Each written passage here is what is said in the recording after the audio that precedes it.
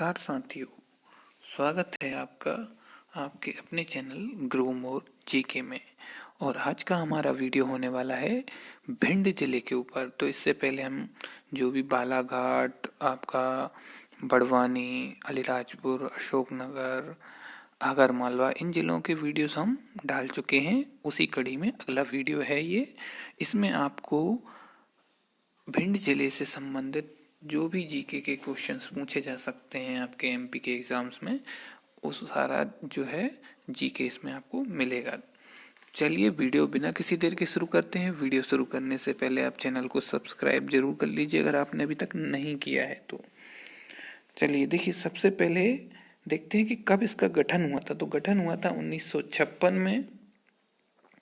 तहसीलें हैं इसकी भिंड, गोहद, लाहार, मेहगांव, रौन, है ना, मिहोना, अटेर, गौरमी और मऊ। ये 9 तहसीलें हैं। जिन जिलों के साथ इसकी सीमा लगती है वो देखिए कौन कौन से हैं। दतिया, मुरैना, ग्वालियर। और राज्यों के साथ जिसकी सीमा लगती है वो है उत्तर प्रदेश। तो एक उत्तर प्रदेश के साथ इसकी सीमा लगती है और 3 जो हैं जिले उनके साथ इसकी सीमा लगती है। जनसंख्या 2011 के अनुसार है 17,03,005 और साक्षरता दर है 75.26%। तो ये 2011 की जनगणना के अनुसार आपको मैंने आंकड़े बताए हैं साक्षरता दर और जनसंख्या के। चलिए अब आगे देखते हैं क्या इतिहास रहा है। तो इतिहास देखें, मध्य प्रदेश का यह जिला भौगोलिक रूप से बीहड़, उपजाऊ भूमि और घने वनों के लिए जाना जाता है। भिंड मध्य भारत के 16 जिलों में से एक था जिसका गठन 28 मई 1948 को हुआ था। और इसके बाद राज्यों के पुनर्गठन के पश्चात नवंबर 1956 में भिंड को नए मध्य प्रदेश का हिस्सा बना दिया गया। तहसीलें देखिए मैंने आपको पहले भी बताई, भिंड, अटेर, मेहगांव, लाहार, रौन, मेहोना, गोहट, गौतमी और मऊ। ये आपकी 9 तहसीलें हैं। अब नदियां देखिए, नदियों में देखें तो चंबल नदी और सिंध नदी और कुंवारी नदी और चौथी है आपकी वैशाली नदी। ये आपकी महत्वपूर्ण नदियां हैं भिंड जिले की, जो कि भिंड जिले में बहती हैं। देखिए इस तरह से देखेंगे आप, ये चंबल नदी है, ये देखिए ये बॉर्डर पे है लगभग मध्य प्रदेश और उत्तर प्रदेश के बॉर्डर के साथ में। दूसरी सिंध नदी है जो आपको यहाँ दिख रही है, ये सिंध नदी है। तीसरी कुंवारी नदी दिख रही है आपको, जो कि इस तरह से यहाँ पे बह रही है। तो ये सभी नदियाँ जो है जल जो प्रवाह है भिंड जिले का उसको चलाती हैं। ये नदियाँ प्रमुख नदियाँ हैं। अब देखते हैं सिंचाई की परियोजनाएं कौन कौन सी हैं।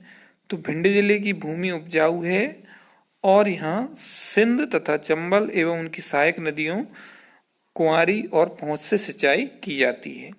मध्य प्रदेश की चंबल परियोजना मध्य प्रदेश की पहली परियोजना है, इससे भिंड जिला भी लाभान्वित है। देखिए ये है आपकी चंबल परियोजना, ये जो दिख रही है ना, ये चंबल परियोजना है, इससे अपना भिंड जिला भी लाभान्वित है।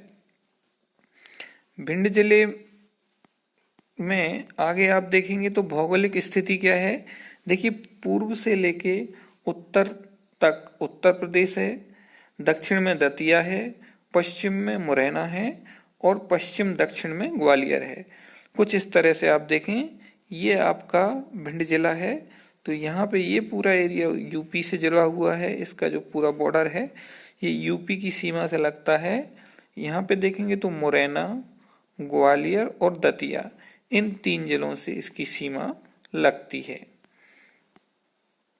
और भौगोलिक स्थिति में देखें, अक्षांतर स्थिति जो है उसमें 25 डिग्री 55 मिनट से 26 डिग्री 48 मिनट के बीच में उत्तर में है। और देशांतर की स्थिति अगर देखें तो 78 डिग्री 12 मिनट से 79 डिग्री 5 मिनट पूर्व में इसकी स्थिति है। भिंड का जो क्षेत्रफल वह है 4,459 वर्ग किलोमीटर। ये क्षेत्रफल के संबंध में 40वां जिला है मध्य प्रदेश का। अब ऋतुएं देखें तो दक्षिण पश्चिमी मानसून मौसम के अलावा भिंड का मौसम सामान्य तौर से सूखा रहता है। भिंड की औसत वार्षिक वर्षा जो है वह है आपकी 668.3 mm। मिट्टियां देखिए, मिट्टियों में भिंड जिले में कछारी मिट्टी और जलोढ़ मिट्टी दोनों प्रकार की मिट्टी वाला क्षेत्र है। भारत में मृदा का सबसे बड़ा वर्ग यहीं पर है। नदियों द्वारा बहाकर लाई गई मृदा हो, होती है और यह दो प्रकार की होती है, बांगर व खादर। गंगा के मैदान की पुरानी जलोढ़ मिट्टी को बांगर तथा नई जलोढ़ मिट्टी को खादर कहते हैं। अब देखें वन। देखिए, जिले में आरक्षित वन क्षेत्र जो है वह 108 वर्ग किलोमीटर का है। वन क्षेत्रों में उष्ण कटिबंधीय शुष्क पर्णपाती वन मुख्य रूप से पाए जाते हैं। इन्हें कटीले वन भी कहते हैं। अगला देखिए, राष्ट्रीय उद्यान एवं अभ्यारण्य।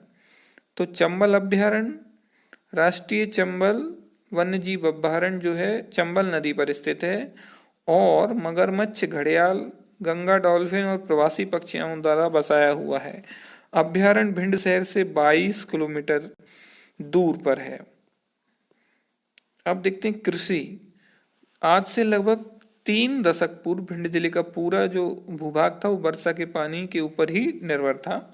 इसलिए यहाँ की किसान उन फसलों को तरजीह ज्यादा देते थे जिनमें सिंचाई की जरूरत कम हो या ना हो। अतः बाजरा की फसल यहाँ की सबसे मुख्य पसंदीदा फसल रही है। सरसों इस क्षेत्र के किसानों की अर्थव्यवस्था का मेरुदंड कही जाती है। भिंड जिले की सरसों के तेल की गुणवत्ता तथा तुलनात्मक परिमाण अन्य क्षेत्रों की संख्या से कहीं बेहतर है। तो यहाँ पे जो है सरसों की फसल सबसे ज्यादा अच्छी होती है। सिंचाई के साधन विकसित होने के फलस्वरूप भिंड के समतल भूभाग पर बड़ी मात्रा में गेहूं का उत्पादन भी अब किया जाने लगा है। तो पहले जो नहीं किया जाता था अब किया जाने लगा है, क्योंकि अब वहां पे सिंचाई की व्यवस्थाएं हो गई हैं। ये देखिए, सरसों की फसल कुछ इस तरह से होती है और जो सरसों की तेल जो होता है भिंड का वो सबसे सर्वोत्तम माना जाता है। अब आते हैं खनिज। तो भिंड जिले में खनिजों की मात्रा इतनी ज्यादा नहीं मिलती है देखने को, लेकिन कुछ मात्रा पे यहाँ पे चूना पत्थर जो है वह पाया जाता है। औद्योगिक परिदृश्य में देखें तो सीमेंट कारखाना है मालनपुर में जो कि 1984, ये भिंड जिले में सब बड़ा उद्योग है मालनपुर का। जनजातीय परिदृश्य देखें तो मध्य प्रदेश की 5वीं सबसे बड़ी शहरिया जनजाति रहती है यहाँ पे और उसके आसपास के जो क्षेत्र हैं जैसे मुरैना है, ग्वालियर है, शिवपुरी है, गुना, इन जिलों में भी ये जनजाति निवास करती है। प्रमुख मेले में देखें भुजरियों का मेला लगता है। भुजरियों का जो मेला है वो महोबा के वीर योद्धा जो थे आला उदल के नाम के साथ संबंध है। भिंड में भुजरियों का मेला अत्यंत उत्साह के साथ मनाया जाता है। सावन महीने के अंतिम दिवस हजारों की संख्या में नगरवासी तथा दूर दराज के ग्रामों से पधारे हुए आगंतुक इस मेले में एक दूसरे को भुजरियां प्रदान कर मान सम्मान एक्सचेंज या विनिमय करते हैं। ये देखिए, इस तरह का भुजरिया का त्योहार होता है जो कि सावन के महीने में मनाया जाता है। बोलियां कौन सी हैं? ब्रज और बुंदेली भाषा भिंड के और उसके आसपास के जिलों में प्रचलित हैं। बंजारी भाषा भी भिंड जिले के आसपास के गांवों में प्रचलित है। बजारी भाषा। प्रमुख पर्यटन स्थल कौन से हैं? देखिए, भिंड अटेर का किला ये प्रमुख पर्यटन स्थल है। इसका निर्माण भदौरिया राजा बदन सिंह महासिंह और भगत सिंह द्वारा 1664 से 1668 के काल में किया गया था। इस किले के नाम पर भिंड जिले को प्राचीन काल में भदावर के नाम से भी जाना जाता था। दूसरा है वन खंडेश्वर मंदिर। यह जो है भिंड शहर में स्थित है। इस शिव मंदिर का निर्माण वर्ष 1175 ईस्वी में राजा पृथ्वीराज चौहान द्वारा कराया गया था।